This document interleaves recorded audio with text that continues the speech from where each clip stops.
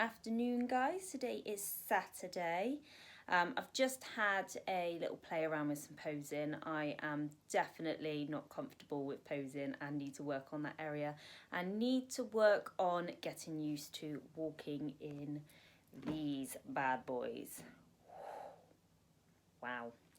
For someone who spends her life in trainers, posing in heels is way out of my comfort zone. So yeah, I need to do some work on that. I'm going to head to the gym in a minute. I will grab a ab workout for you, which I'm going to be doing at the end of my pool session. It's a gym-based one, and then I'm going to add in a clip about motivation, because I told you guys I would talk about that this week. And I'll show you the curry that I'm cooking tonight. So, yes, and I'm going to show you my bikini. So hang in there, and all will be revealed. Catch you guys in a bit.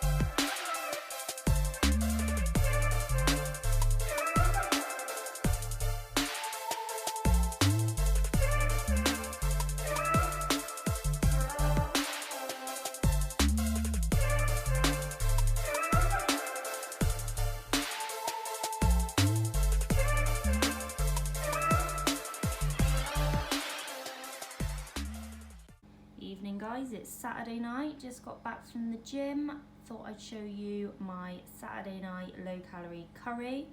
So I have got here peas, onions, 100 grams of corn chicken, 180 grams of light tikka sauce, a microwave frozen bag of cauli rice, and then sandwiched thin in place of naan bread, and a big pint of Pepsi Max.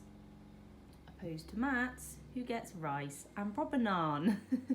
But you know, I'm not a 6 foot something huge 200-pound bloke, so my calories are lower, but this is still totally yummy. Motivation. So how do I stay motivated? First of all, I think it's really important to recognise that motivation is not reliable. You can't rely on it. It dips, it comes and goes. So there are some things that I put in place to help me stay motivated.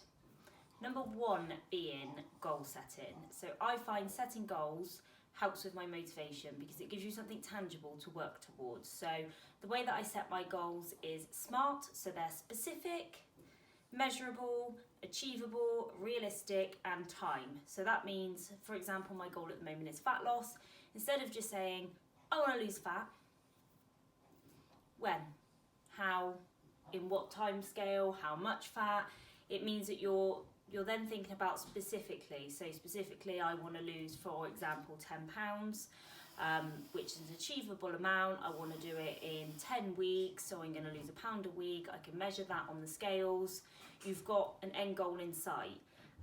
So that is how I like to set up my sort of goals. Another thing that keeps me motivated is keeping in mind my goal and why I'm doing what I'm doing. So there's going to be times that you're not going to be feeling motivated. Like, I get days where I'm like, I do not want to train. I don't want to eat healthy. I just want to sit in my pajamas and eat crap all day. But I know in the back of my mind, if I do that, then I'm not going to be then working towards my goal, and I'm not going to achieve what I've set out to achieve. So sometimes you have to do a little bit of persuading with yourself. So when you're not feeling motivated, remind yourself why you're doing what you're doing. Another thing that keeps me motivated is sort of taking progress photos and looking like how far I've come. So losing a pound a week to week doesn't really show a big difference, but when I look back, say at the last 4 weeks, for example, I can really see the changes, and that motivates me. I find results really motivating, and you can apply that to anything. It's not just fat loss. Say, for example, your goal is to run 10k, for example, and you currently don't run at all. So you're going to start out, set yourself a SMART goal of running. For example, you're going to start off with 5 minutes, and then you're going to increase that, and week by week you'll see that you're getting fitter and you're able to run further until you reach that goal of 10k. Motivation though, when motivation has long left the building, routine is your best friend. So routine helps me when motivation is lacking. So my routine, for example, on a Tuesday, I get up and I walk Milo, I go to work, I come home, I have an hour window before I have to pick Taylor up from school. If I don't train in that hour window, I know that I can't train that day. So it's a case of, I know as much as, like, by the time I've got up at 5 and walked Milo and gone to work and got home, I don't actually want to train. But if I don't train, I'm going to feel worse for it. So I call upon the feelings of when I have sacked it off and not done it, and remind myself how shit I felt about it and how much better I'll feel for doing it. So I just do it, because that is my routine. I train on a Tuesday before the school run, whether I like it or not. And normally I find, like, within the first 10 minutes of being in the gym, I start to get into it a little bit more, and then I feel a bit more motivated, and then I end up having a good session. I can count on one hand over the years the amount of times that I've gone in the gym and there's actually been no point me being there. Normally I find, like, after the first 10 minutes I'm fine. So that is my routine, that's what I do. Same goes for healthy eating.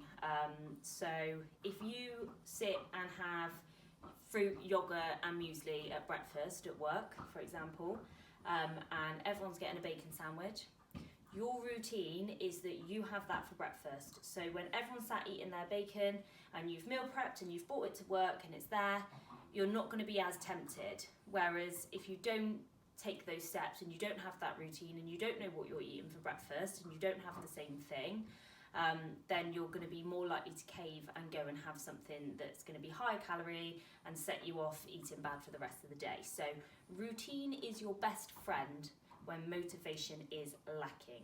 I love routine. I actually prefer being in a routine, and it really helps me be motivated because it means that everything else is going to plan. So when I stick to my routine, I'm hitting my goals, I can see my progress, and that motivates me. So I did tell you guys that I would show you my bikini. It is not totally finished. So what I did is I ordered a plain bikini from GlamFit, and then I am Swarovski crystal rhinestoning it myself. The reason for this is that I like the really, really jewelled ones, but it can get really pricey, and I would rather spend my money in other areas, because you're not technically being judged on your bikini on the day, you're being judged on your physique and the presentation on your physique. So I have gone for private one-to-one posing sessions this time, and a posing workshop as well. So that's quite pricey. I'm going to have a coach this time, the lovely Jack Gad Fitness. If you don't follow him, then I will put his tag in the corner.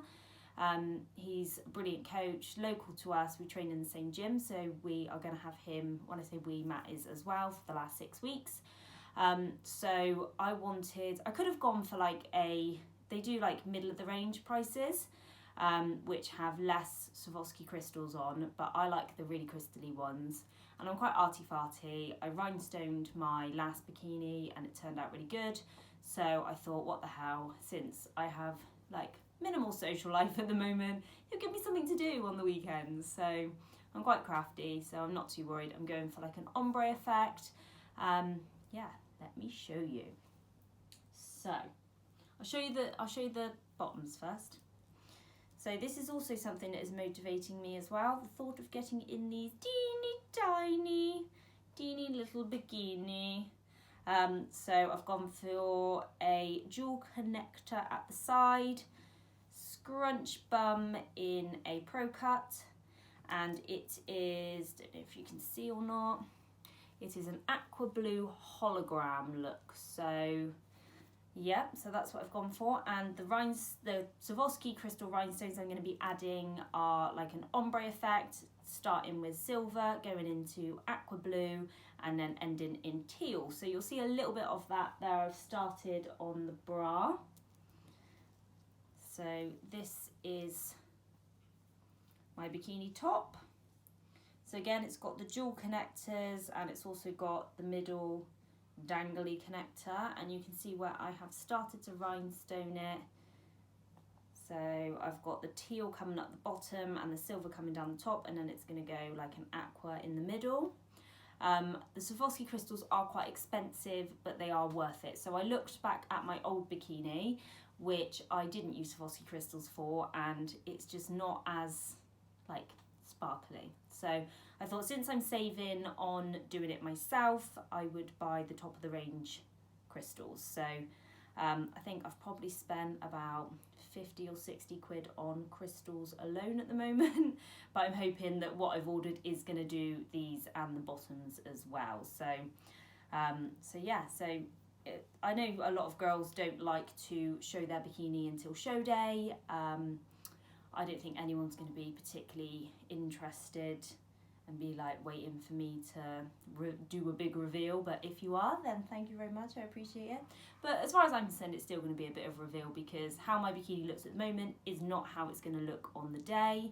I chose this colour because the tan is very like deep mahogany, a little bit like Ronseal. You could literally paint a fence with that shit.